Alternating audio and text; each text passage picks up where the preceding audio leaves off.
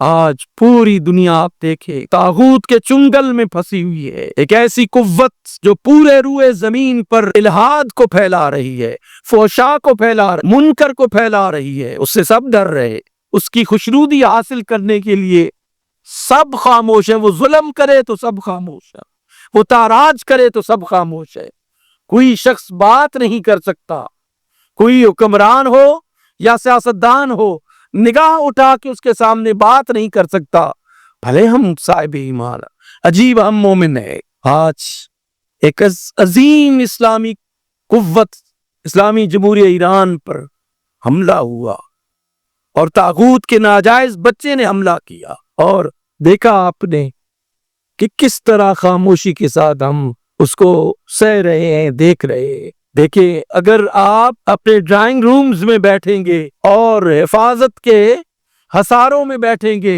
اور بہت بڑے قلعوں میں جا کے بیٹھیں گے، محفوظ جگہوں پر جا کر بیٹھیں گے، تو آپ کو کوئی قتل نہیں کرے گا، آپ شہادت نہیں حاصل کر سکیں گے۔ لیکن اگر آپ میدان کارزار میں ہیں، ایک عام فرد ہے، ایک جرنیل ہے، ایک سپاہی ہے، اگر آپ میدان جہاد میں کھڑے ہیں تو پھر آپ شہید بھی ہوں گے۔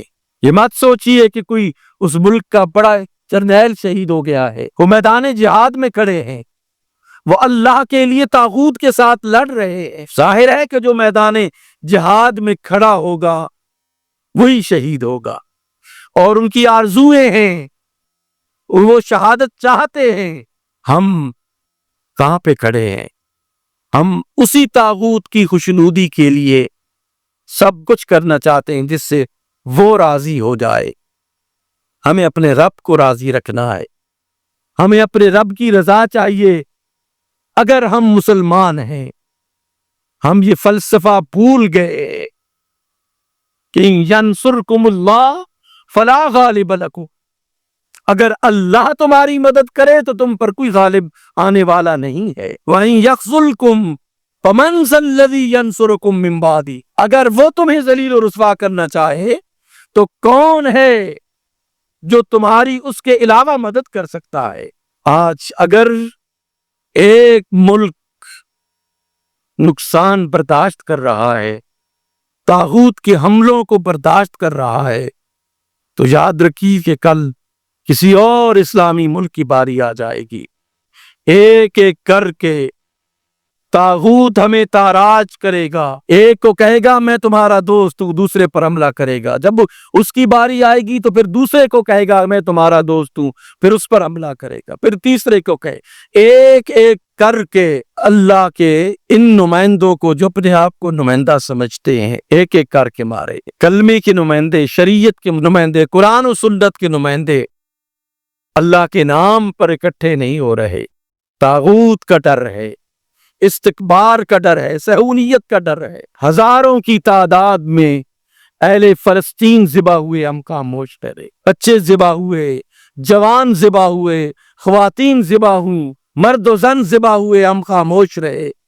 ہم اس وقت بھی مذمت کر رہے تھے، آج اسلامی جمہوری ایران پر حملہ ہوا، آج بھی ہم مذمت ہی کر رہے۔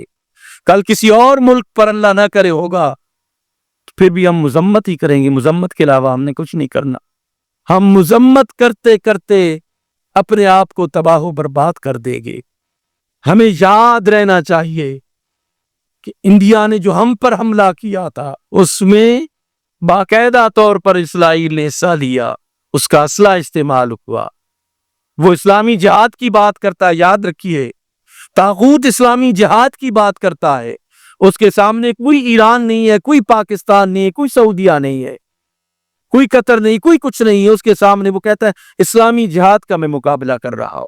ہم یہ سمجھتے ہیں کہ کوئی ایک ملک ہے جس کے اختلافات ہیں، وہ یہ سمجھتے ہیں کہ ہم نے اٹھنا ہے اسلام کے خلاف۔ اس نے کہا ہے کہ یہ جو ایٹمی انسٹالیشنز ہے یہ ہمارا مسئلہ نہیں ہے، ہمارا مسئلہ اس رجیم کو چینج کرنا ہے جو ولایت فقیہ کے نام سے ایران میں موجود ہے۔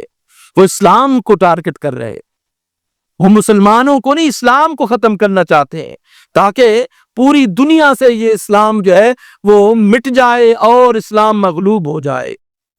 ہم بھی یہ سمجھ رہے ہیں کہ وہ صرف اور صرف ایک ملک کو ٹارگٹ کر رہے ہیں، فلسطین کی ایک نیشن کو ٹارگٹ کر رہے ہیں. نہیں، وہ اسلام کو ٹارگٹ کر رہے، وہ اسلام کو ختم کرنا چاہتے، اسلامی روایات کو ختم کرنا چاہتے، اسلامک ٹریڈیشنز اور کلچر کو ختم کرنا چاہتے، وہ قرآن و سنت کو ہم سے چھیننا چاہتے ہیں. ہمیں ابھی تک سوچ نہیں آئی، ہماری فکر کے زاویے ابھی تک تبدیل نہیں ہو پا رہے. ہم پھر بھی انہی حکیموں سے دوائی لینے جا رہے ہیں جن کی وجہ سے ہم بیمار ہوئے. ہمیں پتہ نہیں ہے کہ ہمارے دوست کون ہیں، ہمارے دشمن کون ہیں.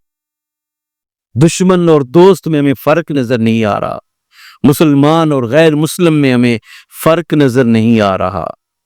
ہم نہیں دیکھ رہے کہ اسلام کو کتنا نقصان ہو رہا ہے ہماری اس عادت کی وجہ سے، ہمارے اس عمل کی وجہ سے. اللہ کے قرآن کو کتنا نقصان ہو رہا ہے، نبی کی سنت کو کتنا نقصان ہو رہا ہے، عالم اسلام کو کتنا نقصان ہو رہا. غیرت ایمانی کا ہمیں اظہار کرنا ہوگا، جرأت ایمانی کا ہمیں اظہار کرنا ہوگا. اگر ہم صاحب ایمان ہیں تو پھر ہمیں مومن کی جو حیثیت ہے اس کو دیکھنا کہ اس کی کیا حیثیت ہے، ایمان کی کیا حیثیت ہے. اور ایک غیرت مند مسلمان اصل میں مسلمان ہوتا، اگر وہ غیرت مند نہیں ہے تو وہ مسلمان نہیں ہے.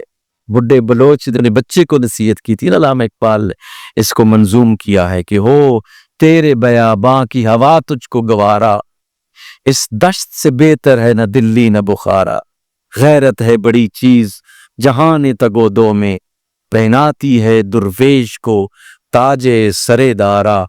دین ہاتھ سے دے کر اگر آزاد ہو ملت، ہے ایسی تجارت میں مسلمان کو خسارہ.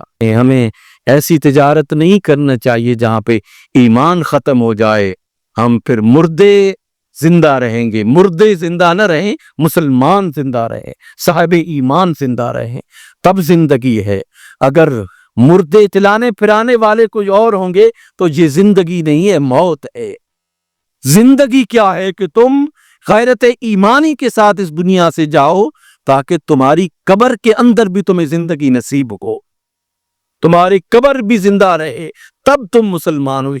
شہید کو کیوں کہا کہ وہ زندہ ہیں؟ تم سمجھ نہیں سکتے، اس لیے کہ وہ ایمان کی طاقت کے ساتھ انہوں نے اس دنیا کو زندہ رکھا ہے.